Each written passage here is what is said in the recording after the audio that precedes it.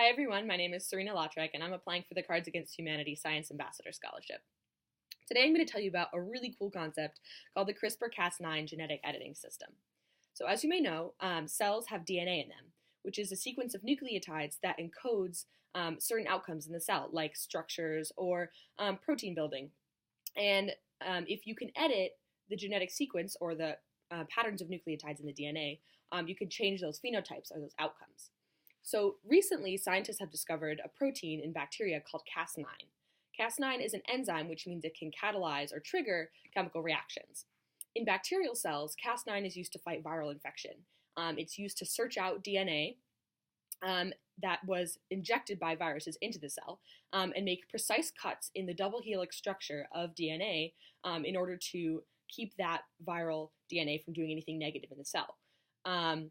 Cas9 is guided by a strand of RNA that's embedded within the protein structure, and RNA is kind of like DNA. It's got a little bit of differences in its chemical structure, and it's only made up of one strand. So when Cas9 is searching for DNA to cut, it'll unwind the double helix of DNA, allowing RNA to line up against the side of it and see if there's a match.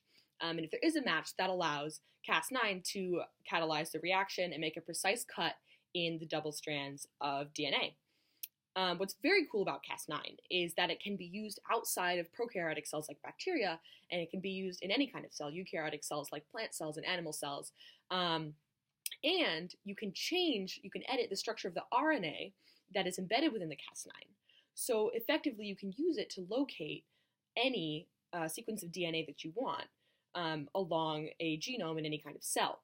So what this means is that scientists are able to use this to edit the genomes of cells.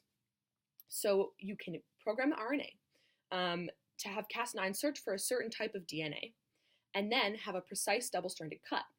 And what's also cool is that there are a couple ways that DNA goes about healing itself after it's been cut, and one of those ways is to incorporate strands of DNA that are just kind of floating around in the cell.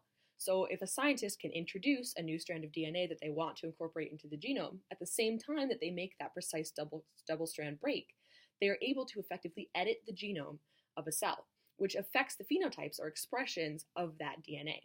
So this is a really cool thing that's being looked at for applications in gene therapy, treatment of genetic diseases like HIV and cancer, and it's one of the things I'm really excited about in the science world today.